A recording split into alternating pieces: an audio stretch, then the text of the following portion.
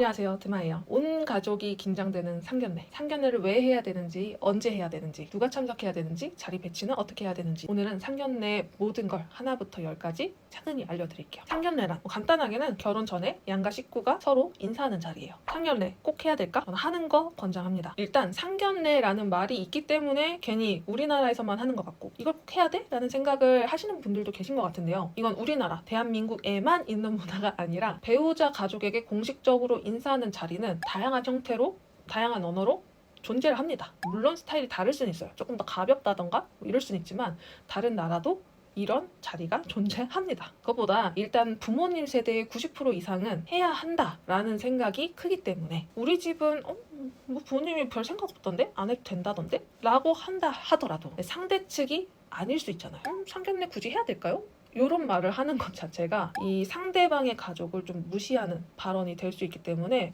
우리나라에서는 아무래도 조금 디폴트 값으로 가는 게 맞다. 그것보다 신랑 신부를 위해서도 상견례는 꼭 필요하다고 생각을 해요. 신랑 신부 둘이서만 잘 살면 되지 라고 생각을 하겠지만 그럼에도 불구하고 살아가면서 나의 원 가족이 배제될 수는 없어요. 그렇기 때문에 내 배우자의 원 가족이 어떤 사람들인가를 파악하는, 판단하는 그런 시간이 무조건적으로 필요하다라고 생각을 합니다. 언제 하는 게 좋을까? 최대한 이르게 하는 거 추천드립니다. 형식상으로는 결혼식 날짜를 잡기 전에 양가 부모님들이 만나서 조율을 하면서 날짜를 잡아서 결혼식을 하는 게 좀 맞겠지만 요즘은 그렇지 않죠. 문화가 많이 바뀌었습니다. 이건 부모님들도 조금 알고 가셨으면 좋겠어요. 결혼식 준비를 요즘엔 1년 전부터 시작을 합니다. 아니 무슨 결혼식을 준비하는데 1년을 해? 라고 생각하시는 부모님 아직까지 많아요. 근데 요즘은 내가 조금 합리적인 웨딩홀을 잡으려 해도 1년 전에 해야지 안 그럼 자리가 없어요. 웨딩홀을 1년 전에는 계약을 해야 되다 보니까 상대적으로 상견례를 그 전에 하는 게 조금 더 무리가 있다.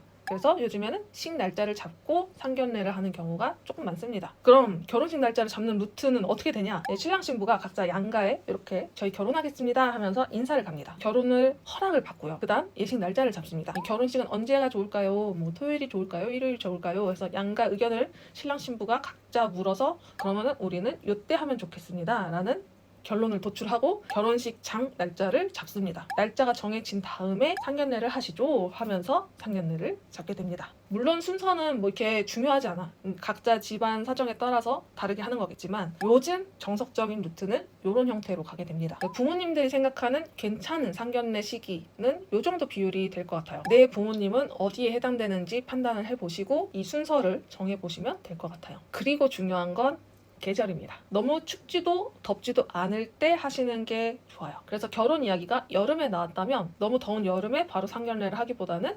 가을에 결혼 이야기가 나왔다면 그 바로 가을에 상견례를 잡거나 아니면 겨울은 건너뛰고 봄에 상견례를 하는 경우가 많습니다. 근데 만약에 봄에 예식을 한다 하면 조금 춥더라도 겨울에 상견례를 하는 경우들도 있어요. 어른들한테 얘기하면 우리 날 좋을 때 하자 이런 이야기를 좀 많이 하실 수 있어요. 뭐 번호를 물어보고 호감을 표시하는 행위 그런 걸 할 때에도 날씨가 좋을 때가 성공 확률이 높다고 합니다. 그래서 상견례도 마찬가지로 우리 처음 보는 자리인데 비 오고 꿉꿉하고 처지는 날씨에 굳이 만나서 막 하하호호 되겠지. 사회생활인데 되겠지. 그렇지만 그럴 때 하는 것보단 밖에 나가기만 해도 날씨가 좋은 그런 날에 하면 더 좋다. 저는 최대한 빠르게 상견례를 하셔라 라고 이야기를 드리는데 그 이유가 예물예단 생략하고 싶은 분들은 최대한 빨리 하세요. 결혼에 대한 이야기를 시작하고 그런 예물예단 이야기가 나오기까지는 조금 시간이 걸려요. 이제 부모님들도 이제 어디까지 해야 되나 뭘 잘 몰라. 이제 의견이 없는 상태예요. 그럴 때 이제 양가 부모님에게 저희는 예물예단을 하지 않겠습니다 하고 탁 못을 박아. 그걸 밀고 나가기가 좋아요. 이렇게 해도 시간이 지나면서 부모님이 어디서 이렇게 막 좀 주워 듣다 보면 그래도 이건 해야 되지 않나? 저건 해야 되지 않나? 이런 생각이 들면서 좀 시간이 지나면서 그래도 예물 이런 것 정도는 해야 되지 않을까라는 이야기가 나왔을 때 아니 이미 배우자 쪽에서는 안 하는 걸로 알고 계시고 이야기가 다 끝났는데 이걸 우리가 말을 바꾸면 이것도 신뢰야 예의가 아니야 라는 느낌으로 밀고 나가시기가 좋습니다. 그리고 상견례를 일찍 하고 이렇게 나는 말을 마쳤는데 추후에 이렇게 말이 바뀌시는 부모님인 경우에는 상견례가 늦어졌을 때는 더 하면 더 했지 덜 하지 않아요. 그래서 그냥 일찍 하는 게 맞다. 두 번째, 원가족을 판단하기가 좋다. 결혼해서 둘만 잘 살면 되는 거 솔직히 아니죠. 우리나라에서 원가족 분리하는 거 쉽지 않고요. 특히 내가 결혼을 하면서 부모님의 지원을 받았다. 더더욱 분리할 수 없습니다. 그래서 실제로 내가 결혼할 내 배우자의 성향과 성격도 중요하지만 원가족이 어떤 사람인가도 사실 중요해요. 그래서 상견례를 미리 해서 미리 보는 게 내 인생에 득이 되면 득이 됐지 독이 되진 않아요. 세 번째, 리스크의 최소화. 이거는 결혼을 준비하시는 분들이 보는 영상에 이런 말을 하는 게 좀 불편할 수 있겠다라는 이야기일 수 있겠지만 상견례하고 파혼하는 경우 진짜 너무나 많은데 우리가 모르는 것뿐이에요. 뭐 웨딩 촬영, 뭐 집, 가정 가구 뭐 이런 것들이 돈이 다 들어갔는데 상견례를 하고 깨야겠다, 깨졌다 했을 때 요 금전적인 리스크들 이런 것들 때문에 그냥 참아볼까? 결혼하고 헤어지는 경우도 또 있고요. 그냥 미리 했었으면 이 정도의 리스크는 없었을 텐데 하는 그런 경우들이 있다 보니까 그냥 최대한 빠르게 하시는 거 추천드립니다. 상견례 참석 인원, 직계 가족 모두가 참석하는 경우, 당사자와 부모님만 참석하는 경우, 키워주신 조부모까지 참석하는 경우, 이건 진짜 집마다 상황이 다르기 때문에 무조건 이렇게 하세요 라고 답을 드릴 수는 없지만 통상적으로는 직계 가족 모두가 참석하는 걸로 봅니다. 만약에 결혼을 한 형제가 있다면 그의 배우자도 또 함께 참석을 합니다. 자, 그러면 여기서 오는 갈등, 인원수 차이에 대한 갈등이에요. 특히 지금 결혼하는 세대들이 요 차이가 굉장히 심할 거예요. 아직까지도 조부모님 손에서 대가족으로 자란 사람들도 있고 형제자매가 두세 명 이렇게 있는 집도 있고 외동인 집도 많고요. 부모님이 이혼하셔서 부모님 한쪽이 안 나오시는 경우들도 있다 보니까 이 구성원의 수가 너무 크게 차이가 많이 납니다. 그래서 이럴 때 인원수가 적은 곳에서 조금 불편감을 느끼기도 해요. 나는 외동에다가 부모님이 한 분이라서 나는 딱 2명밖에 없는데 배우자는 부모님 2분 다 살아 계시고 본인이 있고 형제자매까지 있어서 5명, 6명 이렇게 되면 괜히 인원수적으로 좀 밀리는 느낌도 있고 부모님이 한 분 안 계신 쪽에서는 부모님이 한 분 없는 것에 대한 그 서러움 이런 걸 느끼는 경우들도 있어요. 그래서 이렇게 인원수 차이가 많이 난다 해도 이제 기본적으로는 직계가족 모두가 참석하는 형태가 되겠지만 그래도 좀 인원수가 많은 쪽에서 상대 배우자 쪽이 좀 불편하실 수도 있을 것 같은데 그러면 우리 당사자랑 배우자 해서 여기 2명, 여기 3명 이렇게만 만나자라고 이쪽에서 배려를 해줄 수는 있어요. 자, 그치만 여러분 인원이 적은 쪽에서 나는 뭐 엄마랑 나랑 둘뿐이니까 너네도 그냥 둘만 와 아니면 넌 셋만 와 이렇게 이야기를 할 수는 없는 거예요. 상견례의 의미에 대해서 조금 다시 생각을 해보시고 이야기를 하시면 좋을 것 같아요. 여기서 이제 조금 변수들이 있죠. 아이가 동반되는 경우. 안 그래도 인원수 차이 나는데 혹은 우리 안 그래도 뭐 형제자매도 많은데 거기에 이제 조카들, 애들까지 있다. 이 비용이 얼마며 애들이 얼마나 또 이게 시끌시끌하면서 정신 사납겠어. 이게 상견례 분위기가 이게 맞아? 이렇게 생각하실 수 있어요. 애가 진짜 너무 산만하고 정신없고 예의범절이 없는 타입이 아니고서는 아이가 있음으로 인해서 분위기 자체가 상당히 빠르게 좋아집니다. 괜히 양가 부모님 좀 뻘쭘뻘쭘 할 수 있는 분위기를 풀어주는 요소가 되는 경우들이 많습니다. 물론 좀 내가 생각한 상견례는 엄숙하고 진중하고 조금 부모님들끼리 중요한 이야기도 나누시고 뭐 이런 거다 보니까 아이가 없었으면 좋겠다 하는 경우에는 아이가 참석하지 않는 것도 방법이긴 하겠지만 아이를 뭐 떼놓고 올 수 없는 상황이다 하면 그냥 받아들이세요. 이런 걸로 싸우지 마세요. 이런 걸로 야 너는 생각이 있니 없니 싸우지 마세요.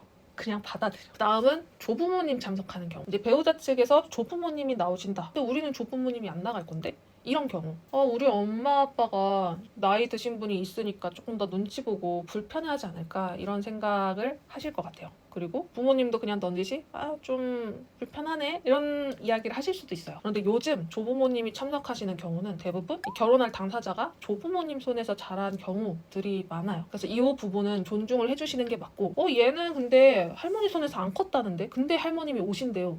이런 경우도 있어요.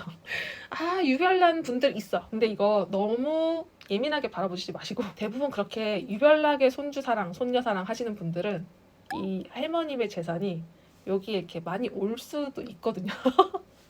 이게 꼭 돈을 바라고 막 돈 주면 되고 아니면 안 되고 이런 게 아니라 그런 게 있어. 너무 처음부터 그냥 이런 걸로 선 긋는 걸 안 하셨으면 좋겠어요. 다음은 이혼 혹은 재혼 가정. 요것도 상황이 좀 많이 다르겠지만 이제 우리 부모님이 이혼을 하셨는데 엄마 아빠를 둘 다 불러야 되나 엄마만 불러야 되나 아빠만 불러야 되나 이런 고민들 많이 하실 거예요. 부모님이 진짜 그지같이 싸우다 헤어지셨다 하더라도 아직까지는 그래도 자식 결혼식에 서로 얼굴이 붉어지긴 하지만 참자, 하루는 참자 하면서 참석하시는 경우들이 많거든요. 그날만큼은 서로 싸우지 않길 바라시면서 주의를 많이 주시고, 배우자 측에도 우리 부모님이 이혼하시긴 하셨다라는 사실을 좀 알려주셔야 서로 간에 좀 불편한 상황들이 덜해집니다. 만약에 어느 한쪽이 좀 비협조적이다, 그날 굳이 네 아빠 보기 싫은데, 네 엄마 보기 싫은데, 이런 형태로 나오신다, 그 부모님을 빼세요. 이런 데서 단호하게 대처하지 않으시면 계속 끌려다니십니다. 물론 내가 부모님이 지원을 받았기 때문에 말을 들을 수밖에 없는 상황이다, 뭐 그럴 수 있지. 이건 뭐 상황이 너무나 제각각 다르니까. 그런데 그걸 내가 어디까지 끊어내고 단호하게 이야기할 수 있는지, 이런 것들도 어느 정도 좀 선을 정해두셔야 돼요. 저 같은 경우에는 시댁은 시어머님, 신랑, 시누이 이렇게 셋이었고, 저는 엄마, 아빠, 저, 여동생, 남동생, 그래서 이렇게 5명. 인원수 차이가 그렇게 많이 나진 않지만 나름 차이가 있는데 그냥 직계가족은 모두 보는 걸로 진행을 했습니다. 상견례 위치, 정답은 없습니다. 양가 지역에 같은 경우에는 큰 문제 없이 그냥 그 지역 내에서 조금 활성화가 잘 된 곳에서 만나시면 됩니다. 그런데 양가 지역이 다른 경우, 결혼식을 하는 지역 반대쪽에서 상견례를 하는 경우가 좀 통상적인데요. 이 부분 역시 꼭 이래야 된다는 아니에요. 참석자 중에서 조금 뭐 조부모님처럼 나이가 있으시거나 아니면 거동이 좀 불편하신 경우 좀 배려를 해서 위치를 선정하기도 하고요. 양가 지역이 다르다 해도 여기가 너무 외지인 경우에는 결혼식이랑 상견례 모두 그냥 조금 더 괜찮은 지역에서 합니다. 근데 여러분, 이 위치가 생각보다 부모님들의 갈등을 유발하는 요소가 될 수 있어요. 그래서 기분 상하지 않게 잘 조율을 하는 게 굉장히 중요해요. 이럴 때 그냥 신랑 신부 위주로 생각하는 것도 갈등을 줄이는 요소가 될 수 있거든요. 그냥 이게 싸가지 없게 나만 생각해, 요런 건 아니고요. 저희 같은 경우에는 친정은 서울이고 시댁은 부산이었어요. 저랑 신랑이 서울에서 거주를 계속 하고 있었기 때문에 결혼식장을 서울로 잡았습니다. 그럼 상견례를 부산에서 하는 게 조금 더 통상적이긴 한데요. 근데 부산에는 2명 있는 상황이고 서울은 6명이 있는 상황이다 보니까 6명이 움직이는 것보다 2명이 움직이는 게 조금 더 합리적이었잖아요. 그냥 이런 식으로 신랑 신부의 거처에 따라 조금 그냥 우리가 편한 대로, 이쪽 부모님이 여기서 하자셔 라는 느낌보다는 내가가 중요해요. 내가, 이 배우자가 아니라 내가 여기서 하는 게 좀 더 편할 것 같아 라는 식으로 이야기를 해야 되는 거지. 상견례 장소 디테일, 1대1의 만남이 아니라 여럿이서 만나는 형태이기 때문에 주변이 시끄러우면 집중이 안 돼요. 특히나 집 안에 이야기를 나누는 공간이 돼야 되기 때문에 이 주변 사람들이 듣지 않는 그런 공간이 필요합니다. 사실 뭐 별 이야기는 없어. 그럼에도 불구하고 부끄러워. 그래서 룸이 있는지 중요해요. 2번째, 예약. 전체가 룸으로 구성되어 있는 식당들도 있지만 일부만 룸인 식당들도 존재해요. 뭐 아직 여유 있지 이렇게 생각하시면 룸이 없을 수도 있어.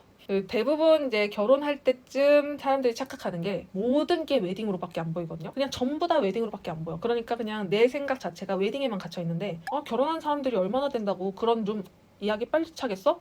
라고 생각하시면 안 돼요. 상견례 식당 예약은 최소 1달 전에 하셔야 됩니다. 3번째, 스타일. 메뉴 상관없이 이제 상견례 식당 하면 대부분 좀 코스로 나올 거예요. 그래서 대부분은 인원수에 맞춰서 음식이 한 접시에 나오고 이걸 이렇게 각자 덜어가는 형태가 많을 텐데요. 이게 좀 불편하다, 한 접시씩 각자 이렇게 나왔으면 좋겠다 라고 생각하시는 분들도 계시더라고요. 근데 그런 식당은 좀 극소수이기도 하고요. 이제 한 그릇에 나온 음식을 덜어 먹는다 라는 행위 자체가 한 가족이 된다라는 의미를 담고 있기도 해서 상견례 자리에서 부모님들이 그렇게 불편해할 만한 요소는 아닙니다. 4번째, 음식 종류. 한정식, 중식, 일식, 양식 다양하잖아요. 대부분 부모님의 입맛에 맞춰서 식당을 선정을 하게 될 텐데 양가 부모님 입맛이 똑같으면 너무나 좋겠지만 그렇지 않은 경우 너무 많죠.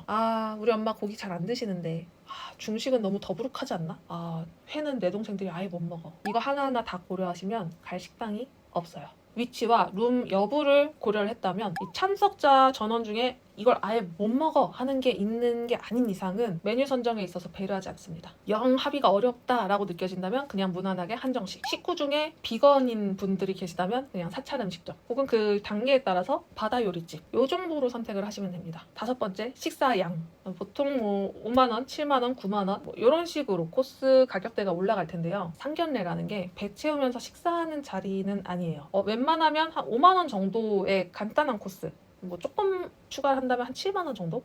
그 이상까지 보실 필요는 없는 것 같아요. 그래서 요 정도 간단하게 코스를 주문하시고 모자랄 것 같을 때 그냥 단품을 주문하시면 됩니다. 아무리 상견례가 순조롭게 무난하게 흘러가도 마음 편한 자리는 아니에요. 양을 늘리는 걸 추천하진 않습니다. 상견례 자리 배치. 인원 구성이 같다면 크게 어렵지 않지만 인원 차이가 많이 나거나 구성이 아예 다르면 조금 어렵다고 생각하실 수 있는데요. 우선 출입문, 룸에서 가장 먼 쪽이 상석입니다. 그래서 부모님이 룸 안쪽으로 자리를 잡습니다. 부모님, 당사자, 형제, 자매 요 순으로 앉게 돼요. 이제 참석자 인원수가 조금 차이가 나는 경우 당사자끼리 마주 앉고 그 외 양옆으로 배치를 하면 되는데요. 만약에 10인 룸에 5대5로 직사각형 테이블 근데 신랑이 2명 신부 쪽이 6명 이러면 자리 구성이 안 맞다라고 생각을 하실 텐데요. 이럴 때는 이런 배치도로 앉습니다. 혹은 이런 구도로 앉으셔도 좋아요. 이런 식으로 가장 아래 행렬인 사람이 반대측에 가서 앉거나 혹은 당사자가 반대측에 가서 앉습니다. 상견례 복장 대부분 격식 있는 옷을 입긴 하지만 그렇다 해서 너무 차려입는 느낌보다는 그냥 단정한 느낌 정도면 됩니다. 정석대로는 신랑은 정장, 신부는 원피스 이런 느낌이긴 한데요. 요즘엔 캐주얼하게 그냥 셔츠에 슬랙스 아니면 깔끔한 티에 슬랙스 이 정도로도 많이 입는 것 같아요. 부모님의 경우도 너무 불편한 복장보다는 그냥 깔끔한 스타일이면 됩니다. 여기서 살짝의 팁, 한겨울이나 한여름 같은 경우에는 복장에 대한 예의를 갖추는 게 어려운 경우들이 있어요. 특히 한쪽에서 멀리서 오시는 경우 불편한 복장으로 멀리서부터 오시기가 사실 조금 많이 힘듭니다. 그래서 이런 상황에 대해서는 신랑 신부가 같이 또 조율을 해보시면 좋은데요. 가까운 쪽에서 이제 이야기를 하는 거죠. 엄마 시댁이 부산이잖아. 거기서 서울까지 불편한 옷 입고 오시는 게 우리가 좀 더 불편할 것 같은데 그냥 우리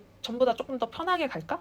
이런 식으로 합의를 보시는 것도 굉장히 좋아요. 특히 한여름이 입을 게 참 마땅치 않아요. 모든 사람이 자차를 운전해서 오는 게 아닐 수도 있기 때문에 대중교통을 이용하는 분들이 계시다면 그런 부분에 대해서 미리 배려를 해보시는 것도 좋습니다. 상견례 선물 굳이 추천하지 않습니다. 대부분 양가의 첫 인사를 드리러 가면서 선물을 하셨을 텐데요. 이제 이런 경우면 상견례 선물 하지 않고요. 우리는 첫 인사를 안 드렸다. 그런 경우면 준비를 해보시는 것도 괜찮습니다. 상견례 선물 준비하니까 분위기 전환도 되고 너무 좋았어요. 이런 후기들을 보셔서일 텐데요. 선물로 분위기가 전환되고 좋은 집들은 선물이 없어도 분위기가 좋습니다. 되려 선물이 독이 되는 경우들도 꽤 많은데요. 리액션에 약한 부모님들 딱 오시자마자 선물을 드렸는데 아유 뭐 이런 걸 다 끝. 쓱 한번 이렇게 한번 보고 끝납니다. 분위기를 좀 띄워볼까 해서 이렇게 딱 드렸을 때 이걸로 이야기가 되면서 다른 흐름으로 이어지면 참 좋은데 선물에 대한 이야기를 조금 하다가 이 다음은 뭐 해야 되지? 그래서 이 선물이 맥을 끊는 포인트가 돼버리면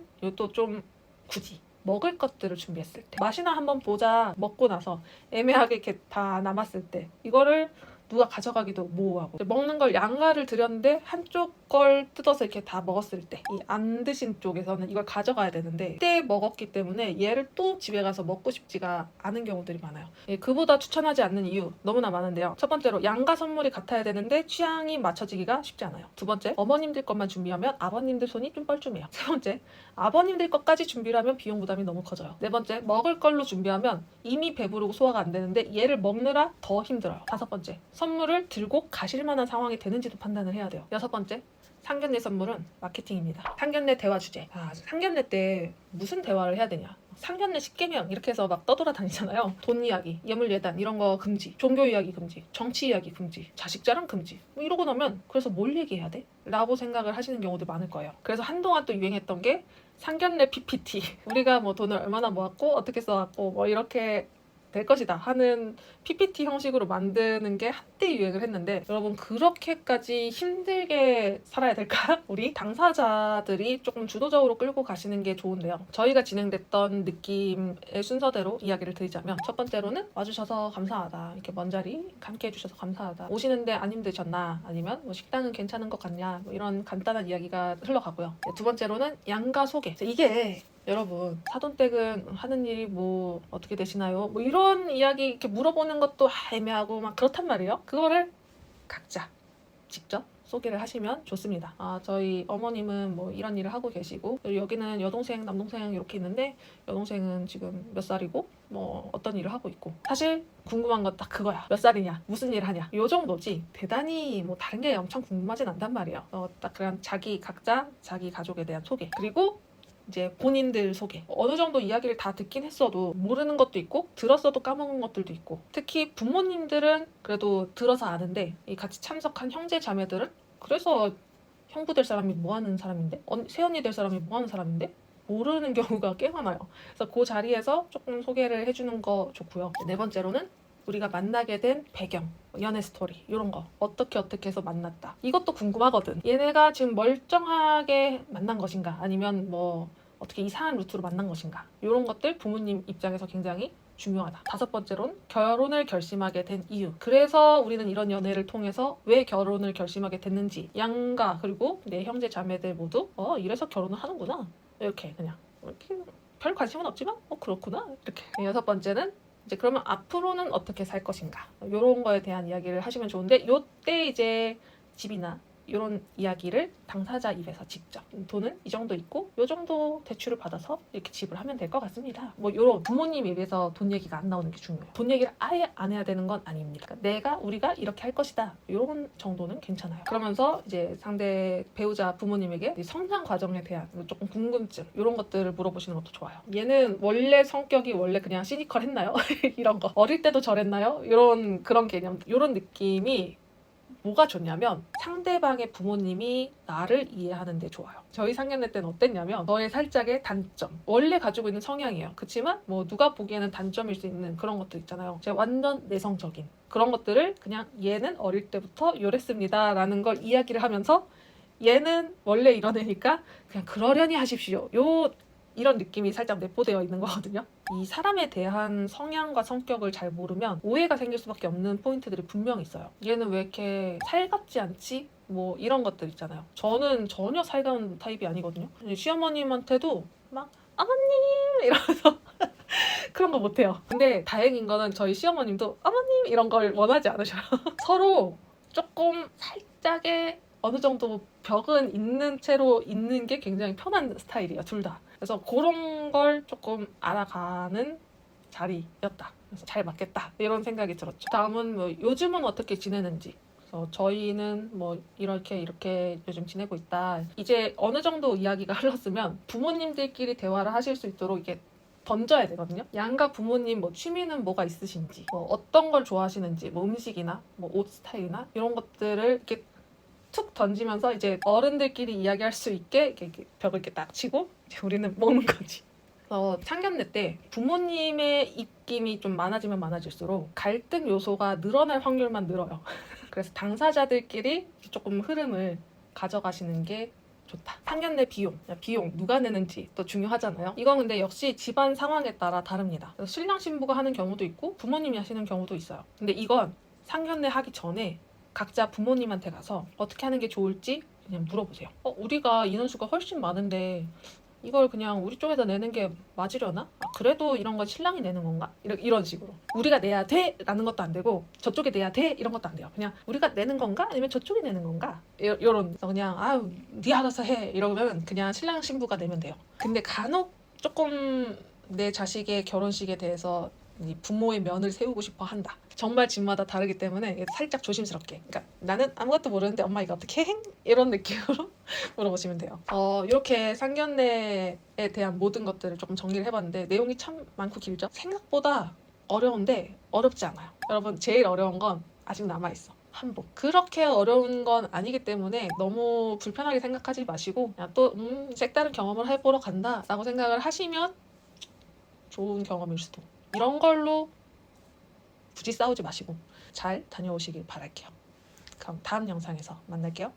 빠이.